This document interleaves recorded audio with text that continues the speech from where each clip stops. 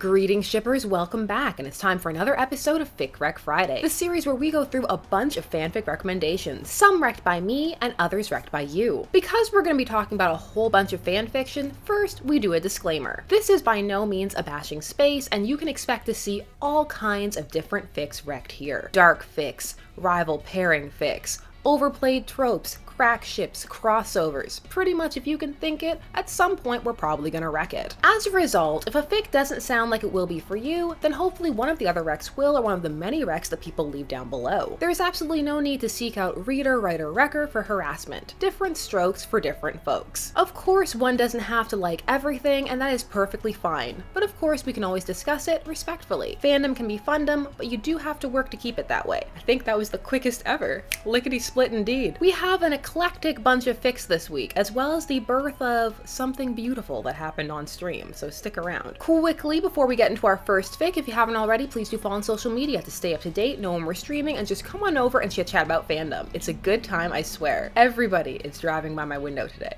Absolutely everybody. They want to hear about the fics too. So let's get started with the first rec. This week, if you were on stream, you will know that I watched Titans, which finally came onto Netflix here in Canada. It aired a little over a month ago at the time of this recording in the States, but only on DC's streaming service. So if you didn't have that, you didn't have access. Technically. Internationally, it was released on Netflix on January 11th, for those outside of the United States. So I took the time to peruse, which of course meant that I fell right back into the DC rabbit hole that I've never really left. So our first fic comes to us from DC. It is a blending of multiple DC universes, because that is a trope I cannot leave alone. This fic is called Favorite Strangers by Goss and Spirit's Flame. It is 2 chapters, word count 42,145. While watching Titans, there was a part of me that felt that if you tweaked it a little, it could slot pretty well into the DCEU, which then got me thinking about the DCEU, which then led me down a fic path to this one. This is a fic wherein the Bruce Wayne of the DCEU, through some kind of cataclysmic, never fully explained event, wakes up to find himself in the DC Comics verse, and full-blown DC Comics verse, with all of the Robins, the Batgirls, everything is going on. Huge Justice League. This fic deals with Bruce and Batman looking at how their lives have diverged, and especially examining Bruce's feelings towards Clark, as this takes place just after BVS but before Justice League. So in this fic, you have the Bruce Wayne of the DCEU interacting with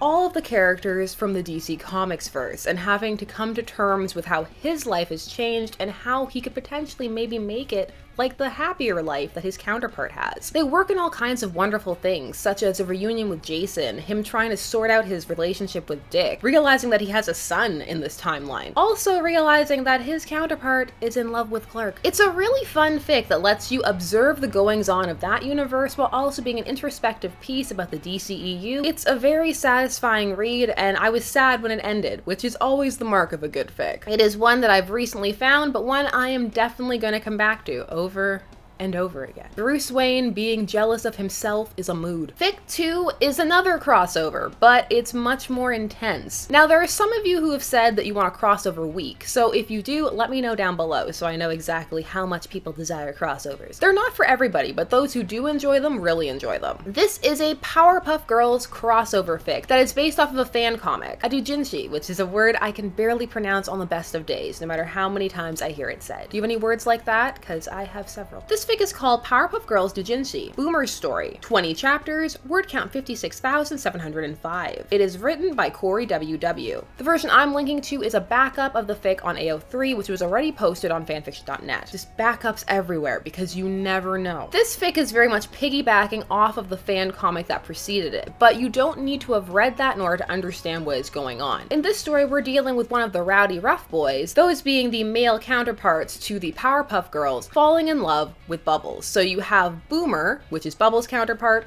falling in love with her and meaning it, and what that means for the team, especially when it turns out that the rowdy rough boys are in trouble and they need the girls' help, and that's going to lead them on an adventure that drags in a whole bunch of other characters from other universes, for this is also a Dexter and Blossom fic. The crossover ship of Dexter and Blossom had quite a bit of a surge back in the day. It's not well remembered now, but for a time there were a decent amount of people pulling for these two. This fic also brings in Invader Zim, Cow and Chicken, but it is understandable understandable because at that time period where these things were airing relatively at the same time, some of them shared staff, some of them shared an animation style, it's easy enough to follow how they could all be incorporated. But it is still a difficult thing to pull off, as some of them can be quite disparate in genre and tone. That can be part of the fun appeal of the crossover, seeing exactly how all of the elements are integrated together and how well it works or doesn't work. So if that kind of crossover fic is for you, then this is one to check out, especially if you love multi-part complex ones. Also, if the crossover element never overwhelms the story, which is still very much the focus, it's just you're following all of this happening and then seeing all of these interesting characters come in. Also, Boomer and Bubbles. While many rejected, it was a cute idea that the Rowdy Rough Boys and the Powerpuff Girls were just destined to be together. Honestly, the episode where Mojo Jojo creates the Rowdy Rough Boys and how unimpressed he is with how easy it was to create the Powerpuff Girls is a gem. Hi, I'm calling from Townsville Community College, and I'm doing a report on the Powerpuff Girls, and I was wondering, what exactly are those little girls made of? Oh, well, the Powerpuff Girls. Well, let's see now. 8 cups of sugar, a pinch of spice, 1 tablespoon of everything nice, and, now this one's important, accidentally had a drop of chemical X, and voila. That's it? I mean, wow, thanks. Next up, we're hopping back to the superhero verse. I broke it up. Actually, technically, we didn't really leave, did we? Because the Powerpuff Girls is still technically a superhero show, even if it is a more satirical, parody-based one. Well, it's a good satire because it very much exists in its own universe and plays it straight as well. Those are the strongest satires, the ones that can also stand on their own. So, Titans. After watching it, I did actually go to that specific fandom and find fics. It's not exactly producing the most fic work, which is unsurprising based on how encapsulated the show is and how many of the plots it tackles on its own, but what is there is fascinating. It also has to do with how it was released. It's not exactly the most accessible show, but that also may be protecting it from some of the more overzealous criticism, so it's a double-edged sword. This fic is called Bring Me Asylum, Bring Me Oasis by Cancer the Crabbo. 1 chapter, word count 3,271. This is a missing scene fic. A classic fic no matter what the medium. No matter what you're doing, reading a book, playing a game, watching a movie or TV series, lots of times there are little gaps that occur because there's no time or because everybody just assumes that the audience is going to follow along and figure out what happened, or that's not interesting enough to depict. That is where the missing scene fic comes in. For the audience member who was thinking, no, I want to know. In the 7th episode of the series, Asylum, minor spoilers for Titans here, so if you don't want to know anything, dip out now and then you can come back after the time code that I insert here. There is an episode in Titans called Asylum, wherein the majority of the Titans are captured and tortured / experimented upon in an asylum. Not Arkham though. And in this episode, Dick Grayson is heavily drugged. Twice. However, at the end of the episode, he just shakes it off and they all go on their merry way. In the next episode, he's completely fine. So this is a missing scene fic for him coming down and actually having to deal with the drug and it going through his system, because there's absolutely no way that that did not affect him, even if he is Batman's son. So this is a hurt comfort, sick fic, wump, and team building fic, where they bond together by taking care of Dick Grayson, who is very much established as the de facto leader alongside Starfire. In fact, that whole series establishes the chain of command quite seamlessly, in my opinion at least. If you have the opportunity to check it out and you've been kind of unsure about it, give it a watch and decide for yourself. Also, check out this fic if you love some Dick Grayson wump. Should be a subgenre within fandom itself. And now for something completely different. So now we're hopping over to vampires. We're gonna look at a classic vampire fic from the illicit fandom of the Vampire Chronicles, where people still write for it, and they always will. This fic is called A Night on the Town by Sweet Caroline. 1 chapter, word count 1,257. Now, the Vampire Chronicles is a very interesting series, and the majority of the books are narrated from Lestat's point of view. But the first book in the series, Interview with the Vampire, is narrated by Louis de Pointe-Lac, and has a very different tone than the entirety of the rest of the series, which makes sense when you understand what the author Anne Rice was going through when she wrote it. However, because of that, there are very disparate narratives in between exactly what happened during the time period when Louis was made and when he was living with Lestat. Louis has his version, Lestat has his version. Neither one is probably the most accurate.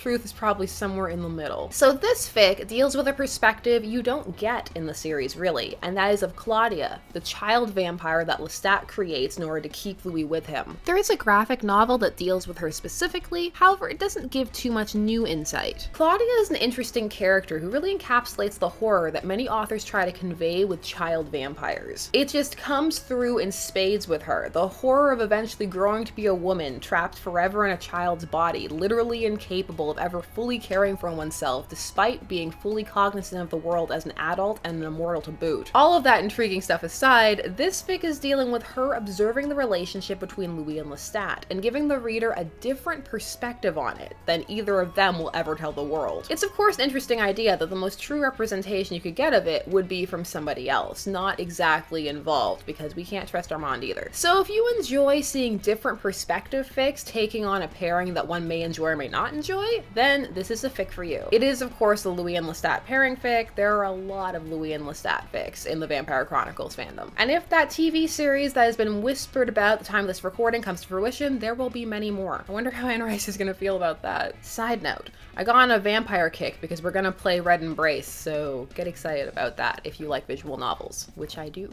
For the last of my recs, we're gonna be taking a look at the Detroit Become Human fandom. This fic I stumbled upon in a bit of an intriguing way, so let me take you down the thought process so you can examine the descent into a rare pair. I was perusing the Detroit Become Human fandom for Femslash, just looking around seeing if there was any Femslash for North, and then I thought about Chloe. Then I wondered, is anybody pairing North and Chloe? And then in my quest for that, I stumbled across a piece of Chloe and Connor fan art that I discovered months earlier when I was playing the game. Remembered it, thought it was cute, stumbled into that section and ended up here. This fic is called New Feature, Self, by Lola Lott. 13 chapters, word count 38,954. It is a pairing between the RT600, Chloe, and Connor. Also, the Detroit Become Human fandom has some very interesting pairings. If you have a chance, check it out, because many people there, one of the dominant ships in fact, is the RK900 and Gavin, and they don't interact at all, so enjoy. This fic deals with the aftermath of the good ending, the optimal ending, depending upon how you feel about what happened. This is very much a Father Hank and Connor son dynamic fic, wherein Connor is now living with Hank and trying to assert himself as an individual and find out what he wants to do. And the process of this, he strikes a deal with Kamsky, that Kamsky can test new features on him and keep improving him to make him more human, in exchange that he will then give him the results. During the process of this means that he keeps having to go visit Kamsky as all these upgrades are made, and he begins to get to know Chloe, and develop more and more feelings towards her as she begins to make him understand not only what it means to be human, but what it means to be an android. It's a very interesting fic dealing with some deep concepts and really fleshes out Chloe. It deals with how Chloe feels about living with Kamsky and also with a bunch of other Chloes, how they differentiate themselves, what she feels about being deviant or alive. It's very intriguing to deal with that android-android romance during the beginning of being aware of one's sentience. One could argue that you get that with Marcus and North, but many fans aren't exactly happy with how that evolved and coalesced. Some enjoy it, others feel it was too quick, and depending upon how you were playing Marcus, it did not make sense. That's part of why there's such a big Marcus and Simon shipping contingent in this fandom. Again, a lot of ship. Detroit becomes shipping. We did talk about the pairing of Hannah or Hank Con, that of Hank and Connor, so if you missed that, you know the drill. Click the card or the link will be down below. This one is definitely worth checking out, as is the entire Detroit Become Human fandom. Because of the concepts that are being worked through in that game, whether one feels they are well executed or not, there are a lot of really deep pieces that have come out. Fun ones too, crack everything, but also some very introspective ones. So if you like that, then check this fandom out. Now, before we get to our fan rec, I want to highlight something that occurred 2 weeks ago at the time of this recording on stream. We gave birth to another fandom concept that will only make sense to the people on this channel.